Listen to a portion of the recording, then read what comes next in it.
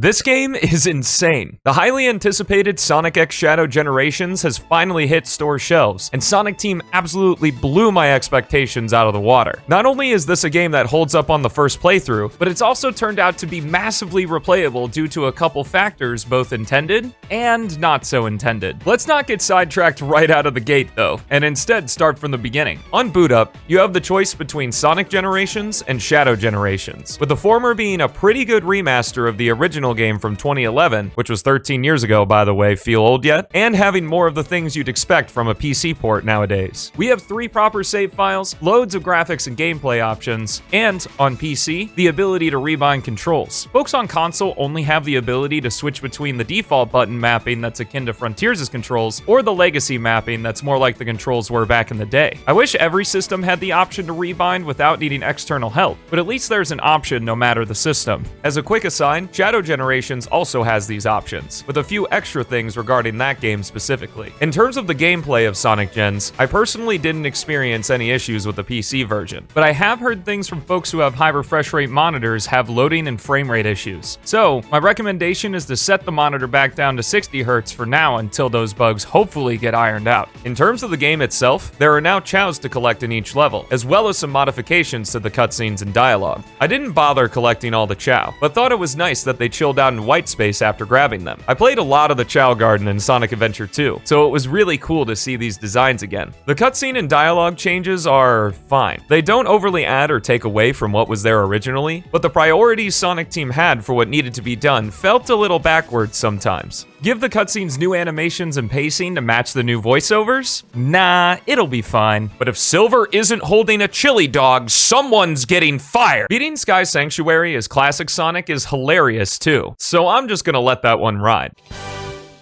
Thanks, Sonic. Now then, tell me, where is the rest of my island?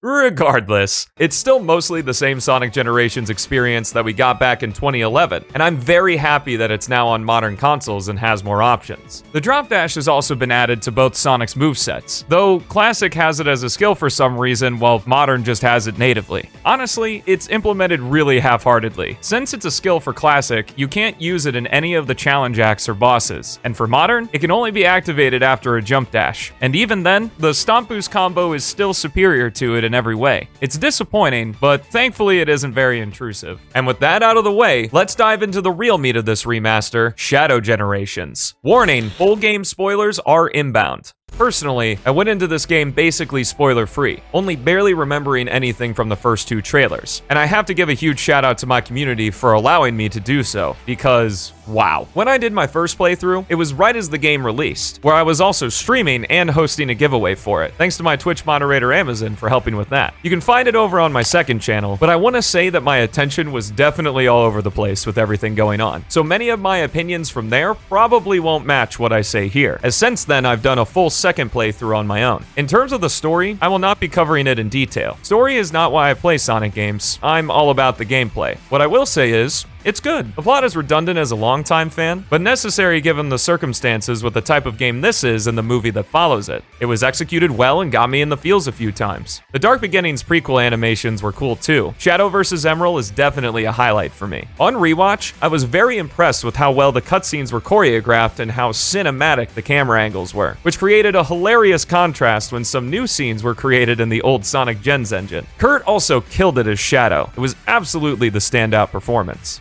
Also, the dialogue exchanges with the characters in Whitespace are quite a treat, and even change as Shadow progresses the plot. But enough about that, let's talk gameplay. Shadow controls a lot like Sonic from Frontiers, though with no meaningful physics sliders this time. They did a really good job refining the movement from that game. He has decent weight to his turning, a slower acceleration fit for platforming, and a good jump and double jump. Of course, the homing attack is here too, with a cool warping animation and much less delay between attacks. Shadow also comes equipped with the boost, which has a slow slower top speed now. It feels like it emulates the regular boost found in Frontiers. The air boost retains its upward arc upon activation, which essentially gives Shadow a triple jump too, allowing for great flexibility in both 2D and 3D. This lower speed kind of brings the gameplay closer to the adventure style, which is fine by me given this game's level design. The boost meter can also only be refilled by collecting rings, which leads to more resource management since defeating enemies does nothing for it. I am kind of disappointed that Shadow still hovers while boosting. I got used to it, but mods have shown me how much more kinetic the game feels when he skates during the boost, which the animation looks amazing for, by the way. Additionally, Shadow can also stomp, slide, and use the quick step, though in this game you can hold the quick step forever if you'd like, and Shadow just keeps going. He also gains two new, unique abilities, the Chaos Spear and Chaos Control. The Chaos Spear is a simple projectile that can be used to stun enemies or activate switches, which open doors or in some cases, a shortcut. Some foes that have a protective barrier like spikes or a shield require the use of the spear first before homing attacking. Other than that, it doesn't really see much use. Chaos Control, on the other hand, is used quite heavily throughout the game. Since enemies no longer fill the boost gauge, defeating them instead fills the circular meter at the bottom of the screen. Once full, Shadow can activate Chaos Control, which stops time for 6 seconds, even though the game only says 5, and causes most moving objects to grind to a halt. Shadow, of course, is still able to move during the time stop, and can make use of things that were once hazards as platforms, or open up new opportunities against foes, big or small. At certain points in the stages, there are these glowing orbs that, when Chaos Control is activated, Shadow can use to warp very quickly along its path, basically serving as a replacement for the lightspeed dash. This is a very effective way to bring the whole using the Chaos Emerald to warp into the gameplay, and Shadow doesn't even have to enter the path at the start. He can jump in anywhere along it. Plus, the digital circuit sound effect from his own game is a nice touch. Finally, a small detail with Chaos Control is that activation completely refills the boost gauge. Very useful if there aren't any rings around. I also want to mention that I swapped the Chaos Spear and the Chaos Control inputs, putting the former on the left trigger and the latter on the Y button. Overall, Shadow has a pretty fun move kit in this game, and it will expand even further during his journey, so let's jump into it. We begin our adventure at the Space Colony Ark, a great introductory level that's right on theme with our main character, and does a good job introducing the new Chaos Control and Chaos Spear. The first act focuses more on the former in 3D, while the second focuses more on the latter in 2D. This stage also does a great job generationsifying the source material, as Shadow will travel both outside and inside the Ark, though I'm not sure how we enter it considering the entire outside portion sees Shadow going in the opposite direction of the colony, but whatever. This isn't just new level design either.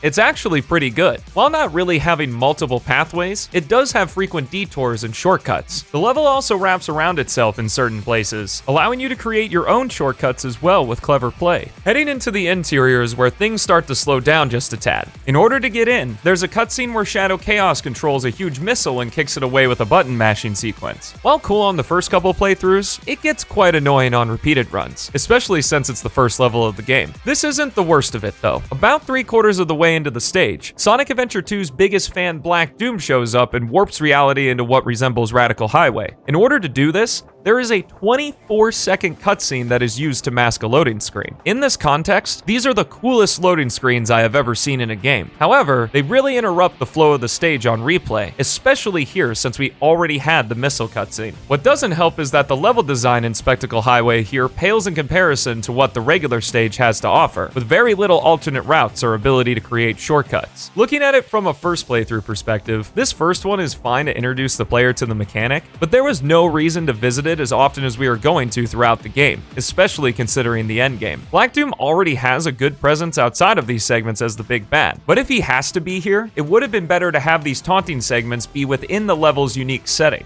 Space Colony Ark Act 2 sets the stage for all the 2D acts in this game, with level design that somewhat mirrors the difficult but fast top route, the middle route, and the slow but easy bottom route of the classic titles, and it mostly does a good job. The Chaos Spear being used to activate switches and open doors is fine, and thankfully the doors don't adhere to Chaos Control, keeping the pace of the level up. They really had this technology and installed it into doors. No wonder the research got shut down. Near the end, we get a tease of a new ability for this game, allowing Shadow to glide through the air at the cost of the boost meter. This only happens on the first playthrough of the level though, because if you decide to replay it before getting to the last stage, this cutscene won't happen, and the level design in place of the power isn't the greatest. So overall, Space Colony Ark is bogged down by some overly long cutscenes and goofy level design at some points in Act 2, but still holds up as a fun first level with interesting shortcuts and decent route variation. Afterwards, forward, we are introduced to White Space, this game's take on the open zone from Frontiers that houses all the levels, bosses, and collectibles. There isn't much to run around in right now, so we can continue on to the next level and revisit this later. We can also chat with Omega, and why wouldn't you? He's the GOAT. After learning about his situation, we can pick up the first of Shadow's new Doom powers, the Doom Spear.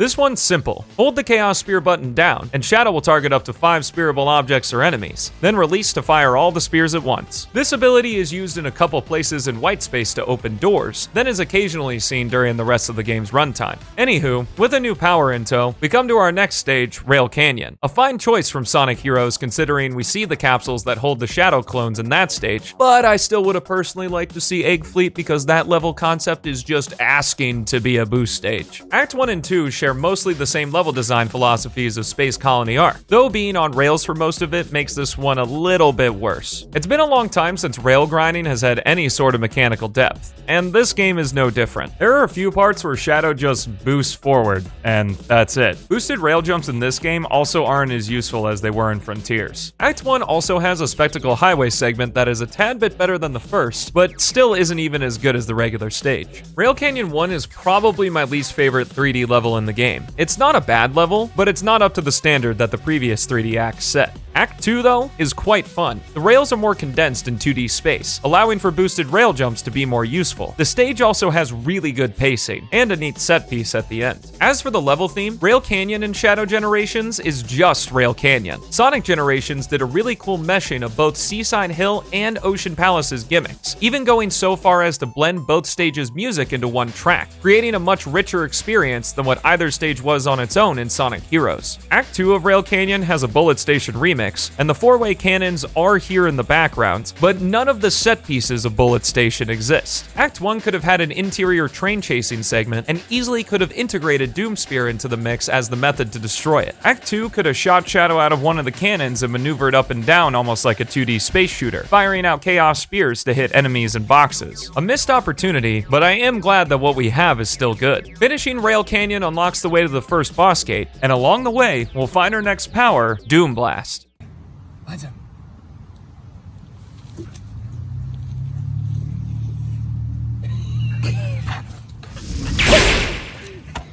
This ability works very similarly to Laser from Sonic Colors, but with a little more control. On Black Arms enemy types, Shadow can now hold the jump button to launch them into the air, aim with the left stick, then kick them away and warp to the landing point. If the explanation didn't sell it, this power is a little bit clunky at first. However, after giving it some time, it's a super cool addition to Shadow's moveset due to the freedom Sonic Team gives the player. When using Doom Blast, the game will automatically highlight a few points of where to kick the enemy, but nothing is stopping you from aiming it wherever you want and kicking the enemy there, allowing for some cool corner cuts. Using the new move leads Shadow to the boss gate, where just like Sonic Generations, 3 keys are needed in order to unlock it, being obtained through completing challenge acts that now spawn over the previous stages. While the door only needs 3 keys, there are 8 challenges available, which gives us 4 keys in total. Initially, I thought it was cool that they gave the player an option of which set to not do, but quickly found out that that's not the case. Save yourself the trouble and do all the challenges as they become available to grab all the keys. They'll be required later. Most of the challenges are just use X ability to reach the goal ring, though there are some others like collecting 100 rings, and they even have little shortcuts in them like the main stages. While they aren't as fun as the main levels, it's still mostly enjoyable to run through them. In addition to rails spawning near the boss gate to get to challenges quickly, Shadow Generations also has a fast travel system to get around White Space to places you've already visited, a very convenient feature especially on replay of the game. But sadly, because Shadow didn't technically unlock the boss gate yet, you can't fast travel back to it after completing the challenges. Thankfully, there is a Black Arms enemy near the entrance to Rail Canyon that you can use Doom Blast on to get back up quickly, so that's good. The first boss of Shadow Generations is the Biolizard. This boss is fine, has a lot of spectacle going on, but does do a good job of introducing the idea that Chaos Control can be used on bosses at the right time to deal massive damage. Overall, it's a nice spin on the battle from Sonic Adventure 2. The only issue I have is that this fight is pretty boring on replay. replay. There are so many cutscenes, and many instances where the player will just stand there and do nothing because the prototype is invincible or gearing up for another attack. It's not bad, just uninteresting after the second playthrough. Funnily though, this isn't the first time the boss was remade, as it was the Adventure Era boss for Generation's 3DS. I would have never guessed that this was the boss that was going to be remade more than once. After the fight, we get another visit from our number 2 dad, then are directed toward the next Doom Power. Fun fact, I found out that if you try to skip the homing attack chain, there is a kill plane directly underneath it. You're gonna take that automation and you're gonna like it. Anyway, the next ability Shadow obtains is Doom Surf.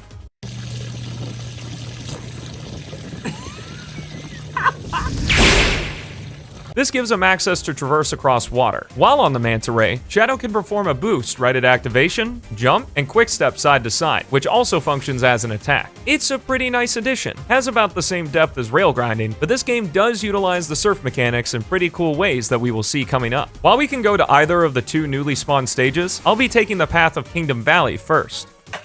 All right, that should be good for today. Man, that chair's squeaky. Hey Bonzo, wanna go outside? Yeah, here, let's go. Go! Come on, Bonzo. Hey, buddy, thank you. Hey, good job on your cameo today. That was so good. You were such a good Shadow.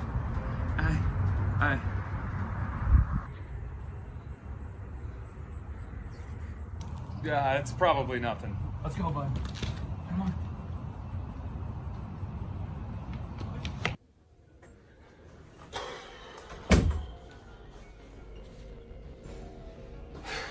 Okay.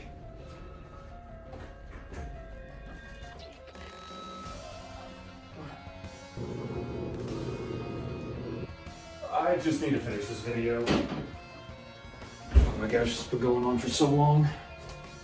Okay, that was weird. Oh. Wait a second, what's this? Oh no, no. No, no, no, no, no, no, no, no, no, no! What are your thoughts on Kingdom Valley? What are your thoughts on Kingdom Valley? What are your thoughts on Kingdom Valley? What are your thoughts on What are your thoughts on Kingdom Valley? What are your thoughts on What are your thoughts on Kingdom Valley? Goated? It's good! It's a good stage! Man, my goodness, we're getting there! Oh my goodness. Oh. Good dog? Yeah, I'm alright. Just had a couple people ask me about Kingdom Valley.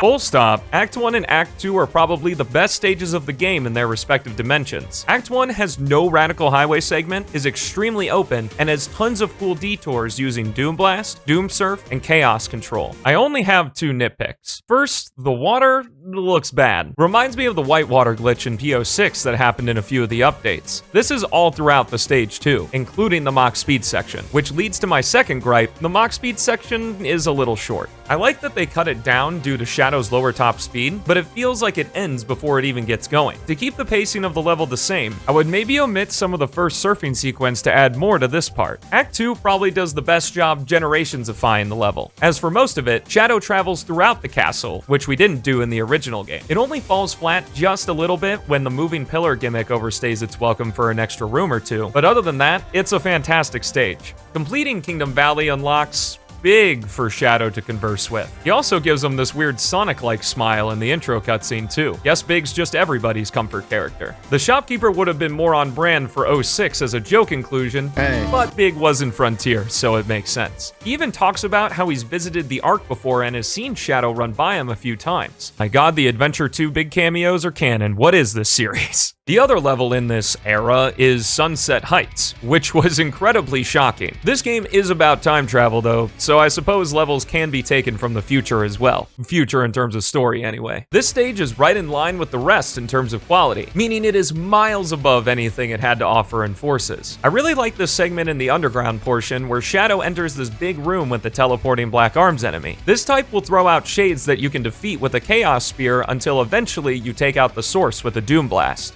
However, using Chaos Control at the right time can prematurely stun it to get the kick in early. The cool part is that there's a shortcut in this room with Doom Blast in the top left. Though, if you use Chaos Control as soon as possible, you'll be too far away to reach it. So, you have to wait until the enemy teleports, then use Chaos Control to Doom Blast it, allowing Shadow to reach the tube. Love that kind of extra thinking in games. Unfortunately, Sunset Heights has the last Radical Highway segment, and this one is the longest, gameplay-wise anyway. Space Colony Ark might beat it with cutscenes. It also introduces the Lost World gravity tubes, which are about as fun here as they were in that game. Act 2 holds up just as well as the rest of the 2D acts up to this point. It's quite fun. There's even a reference to episode Shadow from Sonic Forces with the light speed attacking on lines of enemies. Completing Sunset Heights unlocks Maria and your #1 dad in the overworld, where you can find out that Shadow was actually in school aboard the Ark and actively skipped doing his homework. Me too, buddy. With both Kingdom Valley and Sunset Heights done, it's time to head up to the next boss gate. This is the longest climb up to one, utilizing more Doom Spear doors and Doom Blast, almost like a micro level. Once there, we unlock the challenges for this section, where completing them unlocks a shortcut.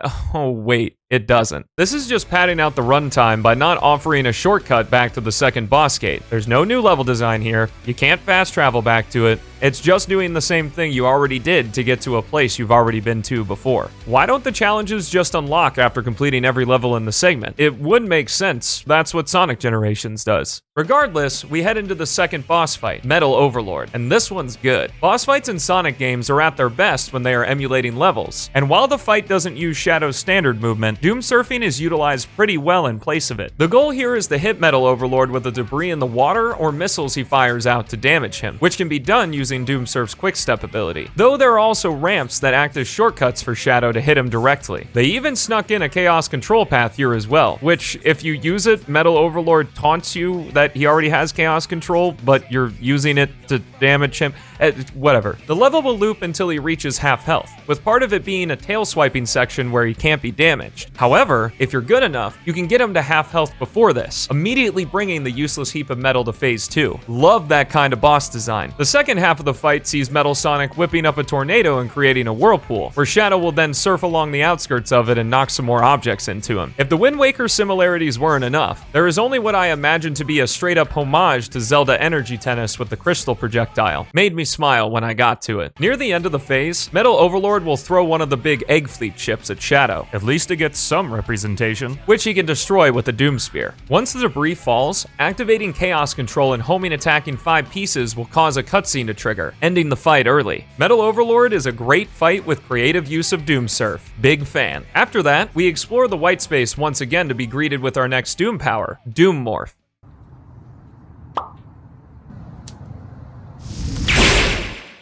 Like Doom Blast, this one is a bit finicky at first. Shadow has to run into a morph ball, which will then turn him into a squid-like creature. You can move around, jump, and do a short boost while in the goop. Some morph balls are in the air, which Shadow can lock onto and swing from. The player can either hold the jump button to get a full pendulum swing that grants some extra height, or let go early and tether straight to it. This is probably the hardest part, as accidentally tethering can be quite punishing with certain parts of level design. But once you get the hang of it, oh man is it cool. Shadow can also do a boost jump to get a bunch of airspeed, which is super fun to do when the goop is on walls or ceilings. Almost feels like a spin dash jump from Adventure 1 or 2. Touching ground that isn't goop or homing attacking something that isn't a morph ball will cause Shadow to revert back to his normal self. White space actually works as a fantastic tool here, with multiple doof morphs.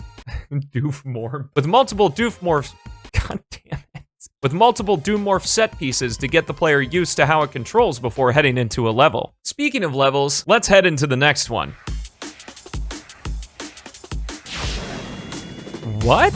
I thought Sunset Heights was a surprising pick, but Chaos Island floored me on my first playthrough. What does Shadow have to do with Frontiers? Well, the most likely answer is that being able to reuse assets and Frontiers being the most recent game is why it was included, but it's still very strange in context. Regardless, let's dive into the level itself. Act 1 is already off to a good start not having a Radical Highway segment, and in this game, you actually traverse through the island rather than above it. It has about the same amount of openness as Kingdom Valley, which is a really good thing, with some extra sauce thanks to Doom Morph goo being splattered all over the place. I gotta say, and I'd never thought these words would come out of my mouth as a person who doesn't like Frontiers much, that Chaos Island Act 1 is probably my favorite level in the game. The stage just has so much freedom, and it's so fun to replay. The Generations formula is really doing its thing here.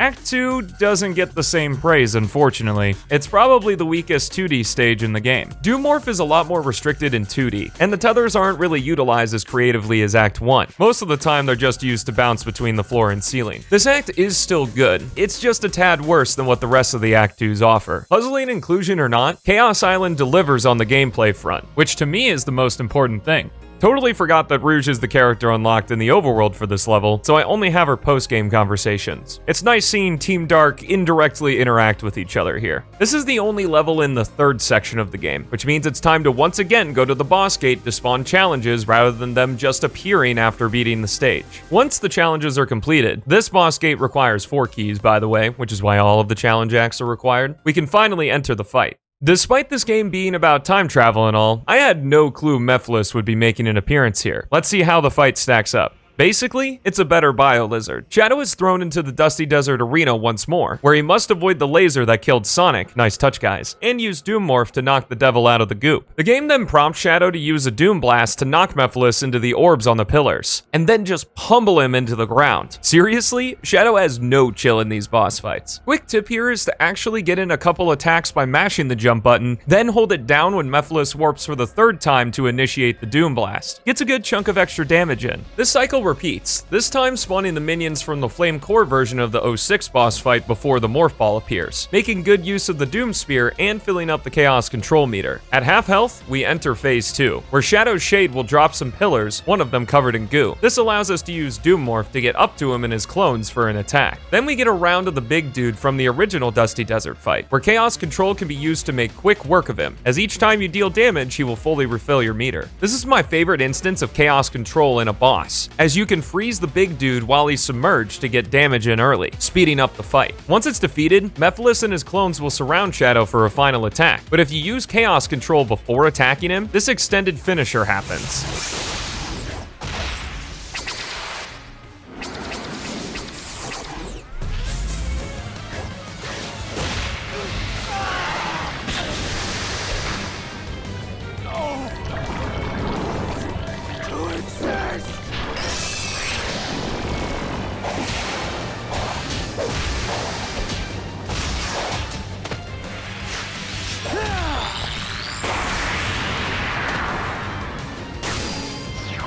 There is no future for you. Ever.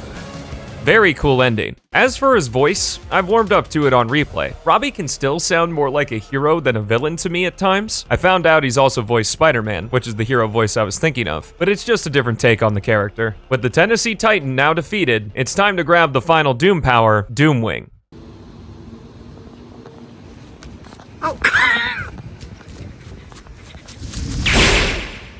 As was teased way back in Arc 2, the Doomwing, for the cost of 1 ring per second, allows Shadow to glide after his air boost. Additionally, it costs 50 rings to transform, and he's also completely invincible. This essentially works as the game's super form, and is quite an elegant solution story-wise since Sonic has the emeralds. Gliding with Doomwing costs boost meter, which will auto-refill after touching the ground or on rails. Rings still fill it up too, so if they are suspended in the air, this allows the player to prolong their flight. Now that it's obtained, Doomwing can be used in any of the main levels of the game, and it has its own separate set of times, a very nice quality of life feature. Doomwing also shows off just how much of the collision is walkable in this game. I was genuinely surprised at some of the places Shadow could land, and with a power like this, it can be a lot of fun doing some crazy skips for not much demand. While I like the game more without using them, I have no issues with their inclusion. Before we head into the final stages and final boss, there are a few odds and ends that I want to discuss first. While the white space is in this red state, hard mode is active. If you happen to miss it though, don't worry, as there's an option to toggle it on or off in the post-game. Activating the Doom Zone will spawn 8 hard challenges that ramp up the difficulty of some of the previous challenge themes, as well as giving the Biolizard, Metal Overlord, and Mephiles boss fights hard mode variants, but not the final boss, oddly. They're fun for the most part, except the hard mode Gondola challenge. That one isn't. Biolizard's only changes are not having rings in the arena and his cycles are faster, and Mephiles follows that same philosophy. Metal Overlord, though, changes quite a bit. Basically, it makes everything more condensed to not have a lot of downtime between actions like normal mode. And if you're trying to S-rank it, it's super fun. There's just so much to keep track of and the inputs never stop, which makes this my favorite boss fight in the series right next to Perfect Chaos from Sonic Generations, maybe even a little better than that. Hopefully down the road we also get hard mode variants of the regular stages. I'd buy that in a heartbeat. Next, let's finally talk white space. Similar to Sonic Generations as well, you can find chests that contain pieces of artwork and new music tracks to switch between in the levels. There's also those music note challenges you can do after completing a challenge act by ringing the bell up top. But there are also these nuts and bolts to collect for Orbot and Cubot to rebuild the spaceship, whom I forgot to mention we met after completing Rail Canyon. I didn't collect everything myself. Probably due to saving all the collectibles till endgame for easy recording, I got quite bored after about 15 minutes of running around. For this video, I went ahead and downloaded a 100% save file uploaded by Codex 0827 to show everything off, which will be linked in the description if you want to download it as well. All of the unlocks can be found in the collection room, which is accessible from the pause menu. From here, you can view all of the artwork, watch the game's cutscenes, and hop on Shadow's motorcycle like it's a 25-cent kid ride in a mall to learn about his history. There's some pretty cool stuff in here, and it's neat to have it all in one place rather than trying to search for it online. Don't press enter, don't press enter, don't press enter. Gerald's journal is also here, with pieces of it found normally through the floating containers in white space. It details his experience aboard the Ark, expanding on things like Chaos, the Gizoid, and of course, Project Shadow. It's a neat little read, and it's also cool to see that cursive is still being used for something.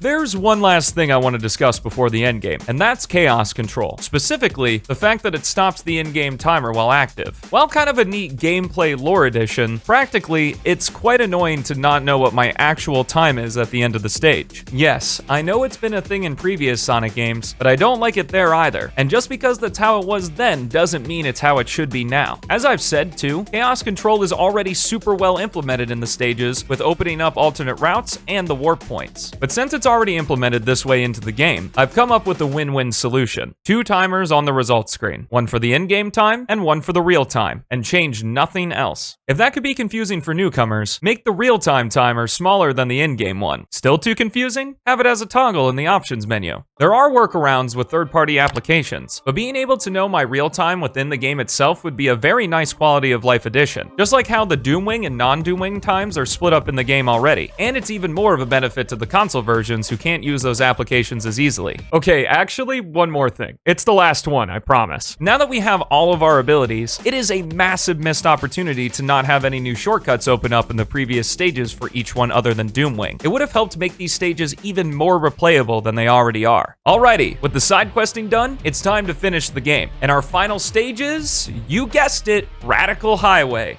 Why are there no stages from Shadow's own game here? We have its villain, tons of musical cues and sound effects, but no stage? Lava Shelter or Sky Troops would have slotted perfectly over Chaos Island. Please, Sonic Team, along with the hard mode stages, give us some new stage DLC for this game. 2 acts of a Shadow level for $10 and I'd buy it instantly. Maybe even throw in a boss if you're feeling generous. But I digress. Thankfully, Radical Highway proper does not take after its earlier mini segments and instead has some pretty sweet level design. This is the closest we get in the game to frontier cyberspace, with the level being floating platforms over a void most of the time, but they really amped up the freedom here. There are so many real multiple pathways throughout. It's so fun. Funnily enough, Radical Highway doesn't require the use of Doomwings at all, even on the first playthrough, though it is heavily encouraged and will auto-put Shadow into the mode in Act 1. Act 2 is also completely 3D. While the previous 2D stages have been consistently good, the 3D acts have a lot more to offer with Shadow's movement system, so it was a nice surprise to have the last stage of the game be 3D as well. Also, and this goes for all the Radical Highway segments, Chaos Control is unavailable during these levels, forcing more resource management with the boost. But now, with the final stage complete, it's final boss time. And Devil Doom is actually really cool. Phase 1 is basically doing a harder version of the Metal Overlord fight, where you use Doom Surf to knock these hunks of rock into him. There are also ramp shortcuts to get some extra damage in as well. Phase 2 is where things get really cool. Shadow has to utilize Doom Morph to navigate a progressively harder series of platforming challenges to get to Devil Doom and bop him in the eye 3 times. This phase is also very generous in having a checkpoint at the start of each part and oh crap springs along the path. The Doom Morph boost jumps can skip a ton of the platforms as well. Once defeated, the boss will then transition to Neo Devil Doom, which is more of the typical supersonic boss fight we've come to know from the 3D games. Well, Pre-2010s anyway. Regardless of that, it's also pretty good. Doomwing Shadow has infinite boost here, and the rings are incredibly generous. The main method of attack is that during the phase where he shoots out the water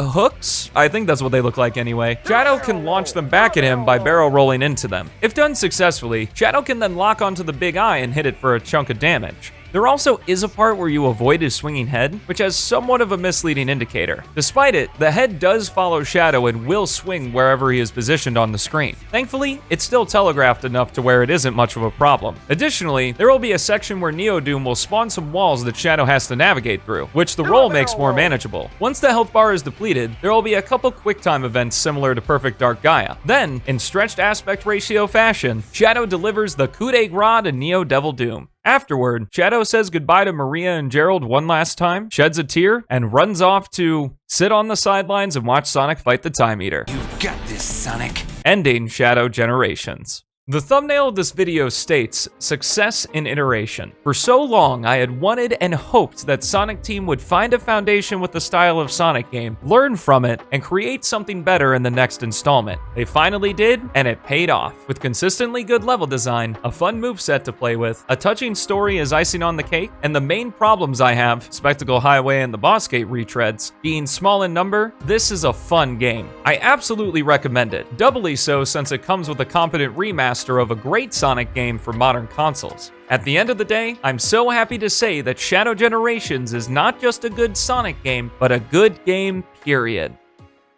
And then I found out about spear gliding. Turns out that if Shadow continually uses his Chaos Spear while in the air, it eliminates all of his air drag in almost every situation. Boost jump, check. Air boost, check. Springs and dash rings, check and check. Chaining them together,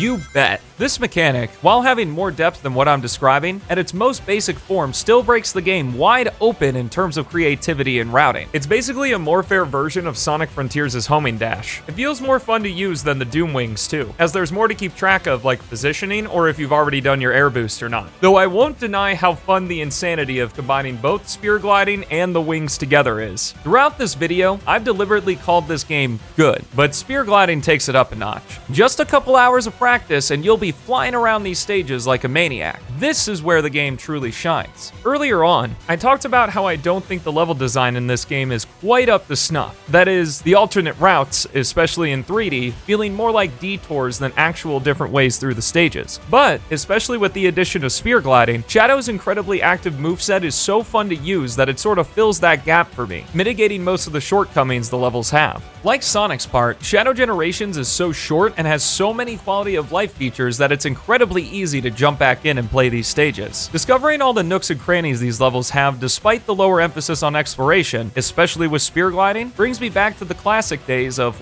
wow, I had no idea I could do that, which I hope keeps happening for years to come. So, Shadow Generations is not just a good game, it's a great game. Period. Thanks to the Snellmo crew for all the support. It means the world. Huge thanks as well to all of the cameos of the folks on screen for helping bring my vision of the Kingdom Valley bit to life. And last but certainly not least, thank you so much for watching. Have a fantastic rest of your day, and I'll see you in the next one.